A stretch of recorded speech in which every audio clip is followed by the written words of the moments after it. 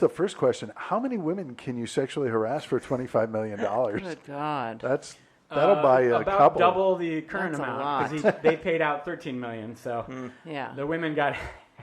Well, those are just white sexual harassment dollars, not Yeah. like, Cosby dollars. It's a whole different economy of scale than harassment. Yeah, You saw he did harass this one African-American woman at Fox who was an intern by referring to her as hot chocolate. So not only is he offensive, but he's really cheesy. He's really Just He's an anachronist. yes. Yeah, and I don't understand. Well, and he'll be back, won't he? Is he married or In some He's well, single. He went through a very weird divorce where it was something weird like, is one word for yeah, it. his wife was having an affair or began sleeping after they'd been divorced with a cop from his neighborhood, and so he basically like waged a war on the police. Oh, right. And Well, but also, and I think this is one of the interesting things, before the hammer came down when the most recent allegations were made, and the New York Times did the big story saying that over the years, Fox and Bill O'Reilly have paid $13 million to different women to shut them up and allow him to keep his squeaky clean reputation. His explanation was that he only settled for the sake of his children, which in the divorce proceedings, because his ex-wife was alleging physical abuse, his kids testified in court that they saw Against him, like right, choke, yeah. grab her by her neck, Yeah, and sure. drag her down He's the a stairs. vicious So cur. Fuck. Nice points for effort on trying to save some sort of relationship with your children. Use the kids More likely, as your you're just shield. using them as human shields. Yeah, Yeah, exactly. No, Yeah, I'm doing it for my kids. Yeah, step one: don't choke their mother. That might be like, Generally, kids look Not down on unless that. she's consenting, Right. and you do have a safe Hey, word. yes. Oh, he is a desperately bad man. It's good riddance. Good riddance to you. I would think anyone with Bill O'Reilly, Bill-O. your safe word is, oh God, no. Well, we'll see where he pops up next. Yeah. Yeah, well, he'll be back. He will. It will be interesting to see. I mean, he is a ratings machine. You Yeah. got to give him that. P.T. Barnum was right. There is Yeah. one born every minute, and Yeah. Mencken was right. And we're still they're still churning them out over there at Fox, those suckers, Oh, yeah. It's, Blonde white ladies with good legs, and then men of and lies. indiscriminate shapes or sizes, unimportant. Yeah. Well, also don't forget Donald Trump did defend him. Yes. So that's pretty Yeah, much the curse of during that's the kiss of Sexual death. Harassment and Violence Awareness Month. Right. That was what our president did. He took a stand to defend Bill O'Reilly. You just don't want that endorsement. That's and Erdogan, Yeah. right? Oh, then he called to congratulate Erdogan for becoming more of a dictator. Yes, and right. did my eyes deceive me, or did I read a headline somewhere that said he'd invited him to the White House? Was that fake news? It must have been a fake news. That may have been. I tried to haven't blot heard it about out that of one. my mind, but you never know. Yeah, I Yeah, mean, it- again, is that nefarious intent, or is that dumb shittery? Because Yeah, he's going to host him at the White House. yeah, You he are is. correct. I am Wow. correct. Okay. And now, I'm so sorry. Here's a question: has the function of a show like The O'Reilly Factor been superseded by Sean Spicer? Where I mean, Right. the Yeah, quote unquote it's no true. spin zone has gotten gone it's in straight. the house. Yeah. It's And it's it's- calling from inside the house. Get out of the house. Yeah, there's so much gray area, but he'll, in terms of like, you can dispute facts or whatever, but he'll always be known for coming out, and the first thing he disputed was the number of people that are clearly photographed yes. at the inaugurations. Yeah. So, from day one, he's lying to you, to your face. No, yeah.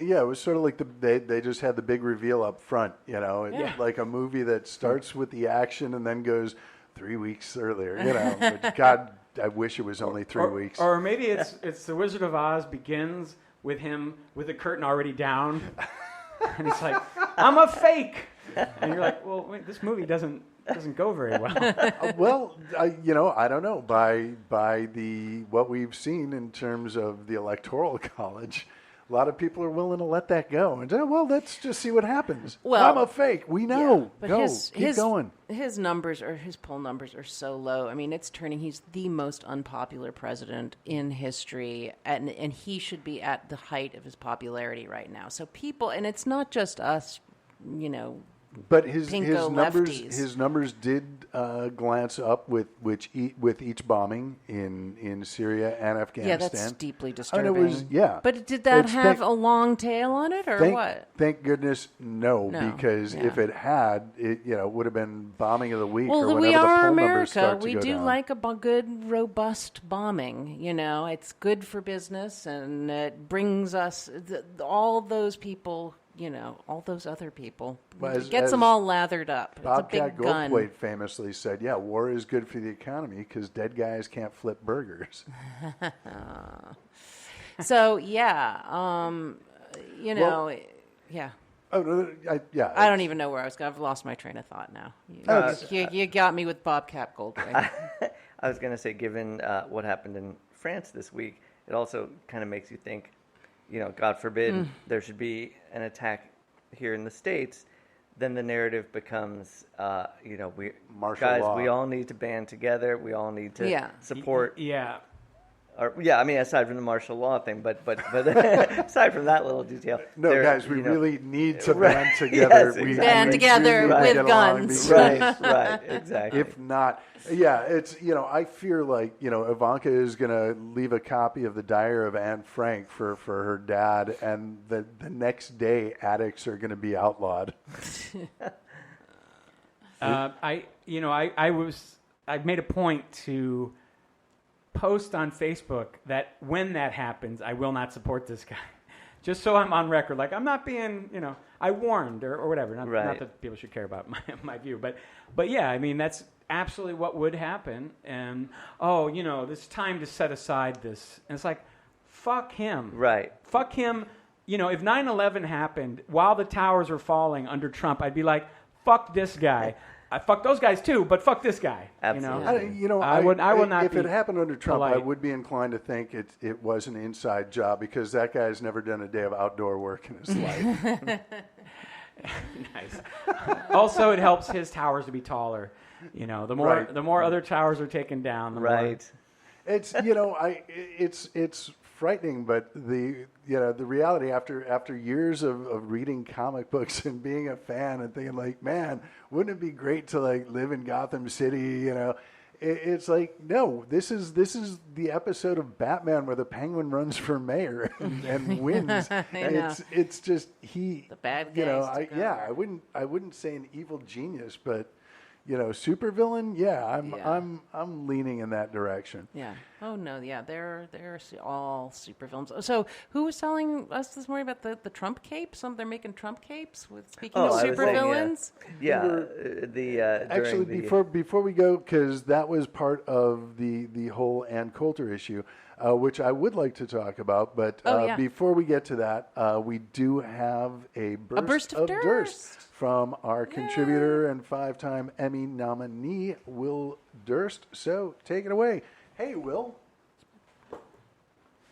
Hey, guys. Will Durst here with a few choice words about the threat of nuclear war that is currently spiking, like the needle of a meat thermometer in a lava flow, while President Trump busies himself dropping healthy payloads of democracy on various Mideast miscreants. North Korea's Kim Jong-un is kicking demilitarized sand in our face, sticking his nuclear tongue out and wagging thumbs in his ears. Probably not even his own thumbs. Could be his uncle's thumbs. It's like a brand new serving of the old Cold War with a little kimchi on the side. Don't know why the beloved leader is so angry. Maybe he feels a little less than after being supplanted atop the prestigious, wackiest leader in the world with the weirdest haircut list. A position that's been in the family for generations. It's a legacy award. experts agree we'd be taking the peril a little more seriously if Pyongyang had a more efficient delivery system than a team of musk oxen. But the scare's legitimate enough for Vice President Mike Pence to rattle a few sabers on the south end of the DMZ, where he said the U.S. was going to abandon its failed policy of strategic patience, which sounds suspiciously like straighten up and fly right or someone's going to bed without dinner again. President Trump even reversed his campaign pledge to label China a currency manipulator in hopes that North Korea's adult neighbor will keep an eye on the region's juvenile delinquent and deliver an economic spanking if necessary. China has a vested interest in nothing happening to us until we pay back the trillions of dollars we owe them. It's all very thrillingly exciting. So much so that every day without a mushroom cloud is a victory, which some might claim is a little too exciting. For Let's Be Treasonable, I'm Will Durst. Thank you very much, Will. God, very good.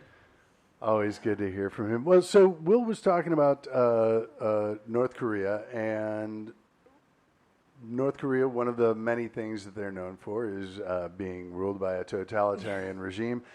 And that brings us to our next topic, which is Ann Coulter, who had been invited by the college Republicans, of course, because I don't think there's a big equestrian center at Berkeley. But Ann Coulter was invited to speak at Berkeley, and the college, the university, knowing what trouble they've had recently with protests for other conservative idiot speakers like Milo Yiannopoulos, and there was another incident at Berkeley not too long ago. I don't know if it was part of the G8 protests or there was another protest where things got violent last week. Around the tax march, right? Yeah. Yeah. So the Berkeley, citing safety concerns, canceled the speech. She said nay. Oh, you had to. I did. Hey. But Ann Coulter said, no, I will speak. And so Berkeley said, okay, we'll give you a slot during the week, I guess, between classes and finals when most of the students are gone or studying. And it was going to be a daytime slot. And she said, fuck that, I got a contract. So she is determined to speak at her originally contracted time. I'm not sure exactly where Berkeley is on this now, other than saying, hey, we said you could come. Yeah, I think she's really chomping at the bit to speak. She's trying to, But she'll be back in the saddle. She's pawing at the ground, trying to get back in there. She wants a kerfuffle. I think. Of course. She's trying to get her slot up there. She's am going to bring sure- her own team of what we euphemistically call Trump supporters instead of fascists. Well, and then there'll be, blood in the streets again. So that brings us to an interesting point, because the previous violence at marches that the university is concerned about has largely been, if not entirely, blamed on a group of anarchists who are just going in to stir up shit. Josh, we were talking before the show. You went to Berkeley. I did. Yeah. So how, if I can ask, not to Hollywood age you here, but how long ago were you there, and how much has it changed since? I was there in the 90s, and it has changed quite a bit since. It's always been a sort of a hot spot for liberal protest. Exactly, exactly. It's got a reputation. Sure, and there's been conflict, and I saw all kinds of protests, but never this level of sort of violence, really. And I think it's also become a real sort of talking point on, for right-wing radio and for Fox News to say, of course, look at this, look at this liberal community and how it always leads to violence. The school has, it's definitely changed quite a bit since I was there. Did the school always present both sides? I mean, have controversial speakers come, and even though they're a liberal bastion, would have voices from the other side? Yeah, I mean, when I was there, I do remember that.